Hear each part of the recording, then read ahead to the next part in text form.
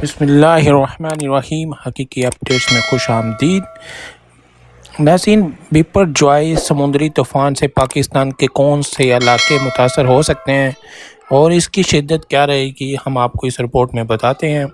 بحیرہ عرب میں موجود بیپر جوائے نامی سمندری طوفان اب انتہائی شدید سائیکلون میں تبدیل ہو گیا ہے اور اس کا رخ بدستور پاکستان اور انڈیا کے ساحلی علاقوں کی جانب ہے۔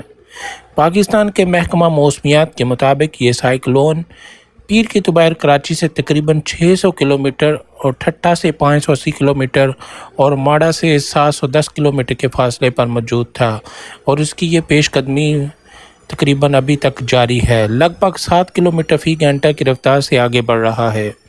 یہ بھی بتایا گیا ہے کہ اس طوفان کے مرکز میں اس وقت ہوا کی رفتار 200 کلومیٹر فی گھنٹہ ہے، جبکہ اس کے نتیجے میں 35 سے 40 فٹ بلند سمندری لہریں اٹھ رہی ہیں۔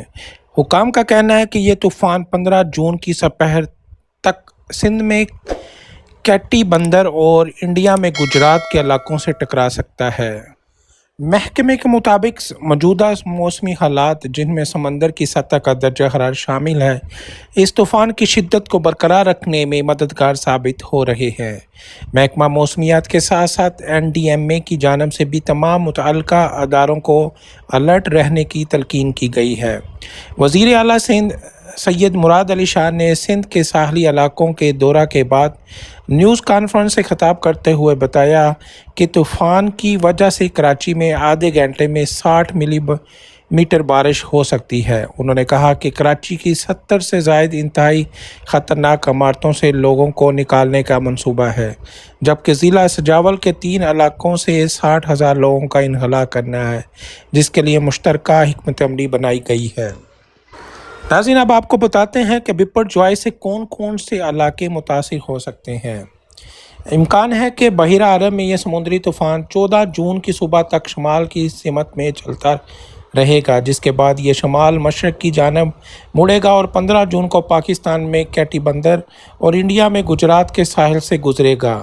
حکام کے مطابق اس طوفان کی ممکنہ آمد کے ساتھ ساتھ سندھ کے جنوبی مشرقی علاقوں میں تیز ہوائیں اور طوفانی بارش کا امکان ہے، جبکہ 13 سے 17 جون تک ٹھٹہ، سجاول، بدین، تھرپارکر، میرپور خاص اور عمرکوٹ کے اضلاع میں 100 کلومیٹر فی گھنٹہ کی رفتار تک کی تیز ہوائیں چل سکتی ہیں۔ NDMA کے مطابق اس طوفان کے باعث کراچی میں 100 ملی میٹر سے زیادہ، جبکہ سجاول، بدین اور ٹھٹہ میں 300 سے 400 ملی میٹر شدید بارش کا امکان ہو سکتا ہے۔ اس کے علاوہ 13 جون یعنی کہ منگل کی شام سے جنوبی اور جنوب مشرقی سندھ کے دیگر علاقے بشمول تھرپارکر اور میرپور خاص میں گرج چمک اور تیز آندھی کے ساتھ شدید بارش ہو سکتی ہے، جس کے باعث ساحلی علاقوں میں اربن فلڈنگ ہو سکتی ہے۔ 14 سے 16 جون تک کراچی، حیدرآباد، ٹنڈو، محمد خان، ٹنڈو والا یار خان، شہید بے نظیر آباد اور سانگڑا میں بھی بارش اور تیز ہوائوں کی پیش گوئی کی گئی ہے۔ وزیر اعلیٰ سندھ کے مطابق اگر طوفان کا رخ شمال مغرب کی طرف ہی رہا تو کراچی متاثر ہو سکتا ہے۔ PDMA پنجاب نے بھی اس حوالے سے جاری کردہ الرٹ میں پنجاب کے تمام اداروں و ضلعی انتظامیہ کو ہائی الرٹ رہنے کی ہدایت کی ہے۔ الرٹ کے مطابق سمندری طوفان کی وجہ سے ملک کے بالائی علاقوں میں مغربی ہوائیں 14 جون سے داخل ہونے کا امکان ہے، جس کے باعث لاہور، اسلام آباد، مری، گلیات، راولپنڈی، اٹک، چکوال، سیالکوٹ، گوجرانوالا، منڈی بہاؤالدین اور نارووال میں آندھی اور گرج چمک کے ساتھ بارش کا امکان ہے۔ PDMA کے مطابق 15 سے 18 جون کے دوران اضلاع میں وقفے سے تیز ہواؤں کے ساتھ بارش کی توقع ہے۔ تیز ہوائیں اور گرج چمک کے ساتھ بارش کی توقع بھی ہے، جبکہ مری کے پہاڑی علاقوں میں لینڈ سلائیڈنگ کا بھی خدشہ ہے۔ ناظرین، اگلا سوال سب کی دماغ میں یہ ہے کہ بیپر جوائے سے کیا نقصان ہو سکتا ہے۔ محکمہ موسمیات کے مطابق بیپر جوائے کی وجہ سے تیز رفتار ہوائیں کچی عمارات اور سولر پینل جیسی اشیاء کو نقصان پہنچا سکتی ہیں۔ محکمہ موسمیات کی ممکنہ نقصانات کے حوالے سے تنبیہ جاری ہونے کے بعد سول ایویشن اتھارٹی نے کراچی ایئرپورٹ پر پیشگی اقدامات کے احکامات جاری کر دیے ہیں۔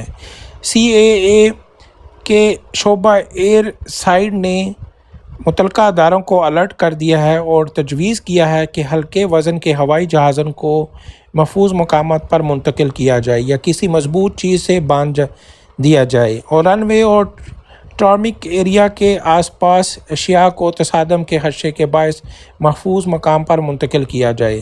طوفان کی آمد کی وجہ سے کیٹی بندر کے ارد گرد 8 سے 12 فٹ بلند سمندری لہریں متوقع ہیں جو نزدیکی علاقوں کو زیر آب لا سکتی ہیں۔ اس کے ساتھ ساتھ NDMA نے خبردار کیا ہے کہ بدین اور ٹھٹہ کی ساحلی علاقوں میں بھی سیلابی صورتحال پیدا ہو سکتی ہے۔ سمندری طوفان کی وجہ سے بجلی انٹرنیٹ کا نظام بھی متاثر ہو سکتا ہے اور NDMA نے KLAT کو کسی بھی ہنگامی صورتحال سے نمٹنے کے لیے تیار رہنے کی ہدایت کی ہے۔ PDMA پنجاب کے مطابق پنجاب میں آندھی اور بارش کی صورتحال کے باعث کھڑی فصلوں اور بسیدہ عمارتوں کو شدید نقصان کا خطرہ ہے۔ اس کے علاوہ تیز رفتار ہواؤں کی وجہ سے بجلی کے کھمبے یا درخت اکھڑنے کا خدشہ موجود ہے جو سڑکوں اور راستوں کو بند کر سکتے ہیں۔ تیز رفتار ہوائیں کھڑی فصلوں کو بھی نقصان پہنچا سکتی ہیں، جبکہ طوفان کی وجہ سے آنے والی بارشوں سے سیلابی کیفیت پیدا ہو سکتی ہے۔ NDMA نے اس لیے تجویز دی ہے کہ شہری حکومت ندی نالوں اور شہر میں انڈر پاس کی صفائی اور نکاسی آب کا انتظام کرے۔ واضح رہے کہ 17 جون تک ماہی گیروں کو کھلے سمندر میں نہ جانے کی تلقین کی گئی ہے۔ کمشنر کراچی نے شہریوں کے سمندر کی طرف جانے، مچھلی پکڑنے اور نہانے پر 11 جون سے لے کر طوفان تھمنے تک پابندی عائد کی گئی ہے۔ ناظرین، اب آپ کو بتاتے ہیں کہ حکومت سندھ نے اب تک کیا اقدامات اٹھائے ہیں۔ اس حوالے سے بات کرتے ہوئے وزیر اعلیٰ سندھ سید مراد علی شاہ نے کہا کہ اس وقت سب سے اہم اقدام لوگوں کو پاکستان کے ساحلی علاقوں سے نکال کر محفوظ مقامات کی جانب منتقل کرنا ہے اور اس پر کام جاری ہے، جبکہ کراچی اور دیگر شہری علاقوں کو طوفان کے دوران آنے والی ممکنہ بارشوں سے متاثر ہو سکتے ہیں۔ وہاں پر پمپنگ مشینیں لگائی جا رہی ہیں تاکہ نکاسی آب کا کام بروقت ہو سکے۔ انہوں نے کہا کہ لگ بھگ 60,000 افراد کے مختلف علاقوں اور ساحلی آبادیوں کے انخلاء کا انتظام کیا جا رہا ہے، جبکہ کراچی شہر میں انتہائی خستہ اور پرانی 60 عمارتوں سے بھی لوگوں کو نکال کر محفوظ مقامات پر منتقل کیا جا رہا ہے۔ مراد علی شاہ کے مطابق اتنی بڑی تعداد میں لوگوں کا انخلاء آسان کام نہیں، تیز ہواؤں اور بارشوں کا بھی خدشہ ہے اور اس ضمن میں اگلے 3-4 دن اہم ہیں۔ انہوں نے شہریوں سے اپیل کی ہے کہ بارش اور تیز ہواؤں کے دوران عوام بلا وجہ گھروں سے نہ نکلیں، جبکہ ان علاقوں سے جانب سے مکمل گریز کیا جائے جہاں تعمیراتی کام جاری ہیں یا سڑکیں کھدی ہوئی ہیں۔ وزیر اعلیٰ سندھ کے ترجمان کے مطابق اب تک بدین کے 0 پوائنٹ کے گاؤں بگڑا میمن سے لوگوں کا انخلاء کیا گیا ہے، جبکہ شاہ بندر کے جزیروں سے رات 2000 لوگوں کو نکال کر محفوظ مقام پر منتقل کیا گیا ہے۔ ناظرین، یہ تو ہم نے آپ کو بتایا کہ سمندری طوفان بپرجوائے کب اور کہاں آئے گا اور اس سے کیا تباہی ہو سکتی ہے اور اس کے اثرات کراچی اور دیگر شہروں میں کیا ہوں گے۔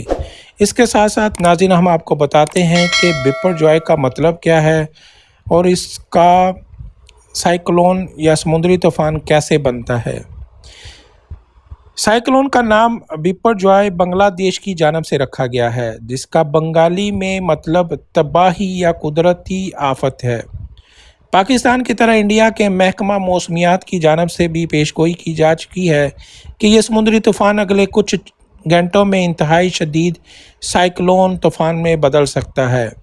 انڈیا کے محکمہ موسمیات کے مطابق آئندہ چند دنوں میں اس کی وجہ سے بحیرہ عرب میں ہوائیں 155 سے اور 165 کلومیٹر فی گھنٹہ کی رفتار سے چل سکتی ہیں اور آگے بڑھتے ہوئے ہوا کی رفتار 190 کلومیٹر فی گھنٹہ تک پہنچ سکتی ہے۔